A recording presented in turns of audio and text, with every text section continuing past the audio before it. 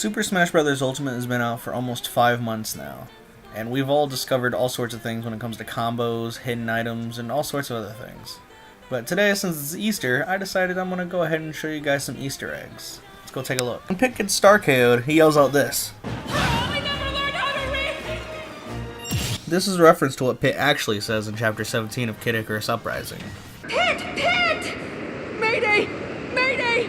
This looks like the end! I never learned how to read!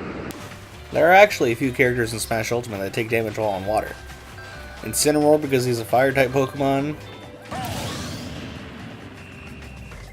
Inkling because they've adapted to land and just can no longer survive in water. Sonic because he's just a character that can't swim.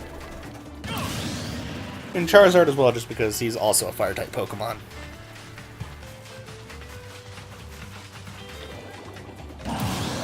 Oh, and this isn't actually an Easter egg, but Rob dabs when he drowns.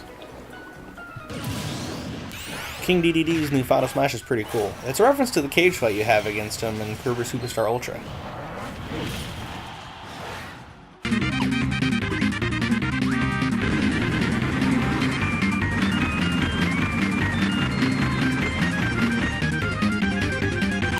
Ridley's Final Smash is pretty cool too, but one thing you guys may not have noticed is that after the attack was over, you can see that Samus' ship is just kind of crash landing in the background.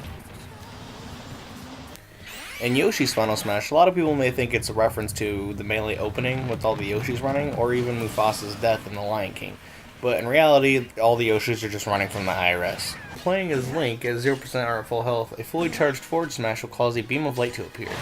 Doing it while having any damage taken will cause the beam to not appear. This is in reference to some of the Zelda games that have done this, such as Breath of the Wild and Link to the Past. Now in World of Light, there seem to be quite a few Easter eggs to be in this town right here. To start off, there is the purple N64, the orange GameCube, the SNES button layout on top of that tower, the Nintendo Famicom disc, floppy disk, and then a Game Boy Micro. There are also, right here you can see Discoon, which was the mascot for the Nintendo Entertainment System, or the Famicom. Over here we see the back of a Game Boy, a Wii Remote, a Wii Mini, and a Nintendo 64 logo. And then over here we also see a little bit of an original Wii, and here we see the mouse accessory to the Mario Paint game. Now in the Great Bay stage, you can see a lot of things when you're in the paused camera mode. You can see the Centaur doors to the Pirate Fortress, the heart containers on the side of the cliff, and even the moon in the background, which is actually pretty cool. When playing on the Flat Zone stage, when fully zoomed out, you can see that you're actually playing on a Game & Watch console. You can see the button layout and everything. And when you're zoomed in and you tilt around on your characters, you can actually see that your characters are two-dimensional. Have you ever played on the Mushroom Kingdom stage and wondered how come you can't go down the pipes? Well, if you actually pause the game and zoom in on the warp pipes and go above them, you can actually see that there are grates above it, keeping you from going down the pipes. It's a neat thing to actually keep you in the overworld of that level instead of, trying to go underground.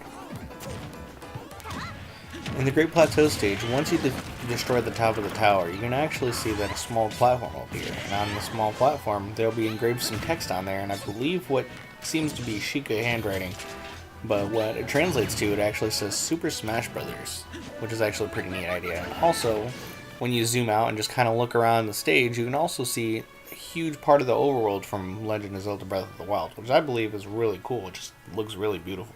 I love the amount of effort they put into this. It's a really cool little Easter egg they put in.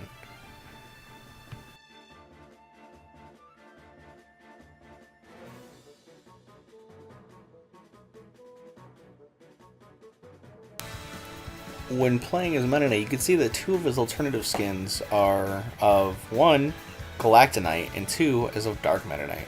I like these little Easter eggs because they show the color, not only the color of the character, but also the damages to the mask that they have, which is actually really cool. Pokemon Trainer has a lot of cool different ults in the game. His first one obviously being his Look and Fire Red Leaf Green, and then the female one is obviously Leaf from Fire Red Leaf Green, and also reference to Leaf in Pokemon Let's Go Pikachu and Let's Go Eevee, and also her appearance in the Pokemon Adventures manga. Next up, we have this alt, which represents Gold or Ethan from Heart Gold, Soul Silver, or Gold, Silver, and Crystal. This one represents May from Pokemon Emerald. This one represents Lucas from Pokemon Diamond, Pearl, and Platinum. This one represents Hilda from Pokemon Black and White. This one represents Calum from Pokemon X and Y. And this one represents Celine from Pokemon Ultra Sun and Ultra Moon. Now, there are a lot of characters out there that have different alterations and references to other characters and players, but I found this one to be the most unique and the most interesting.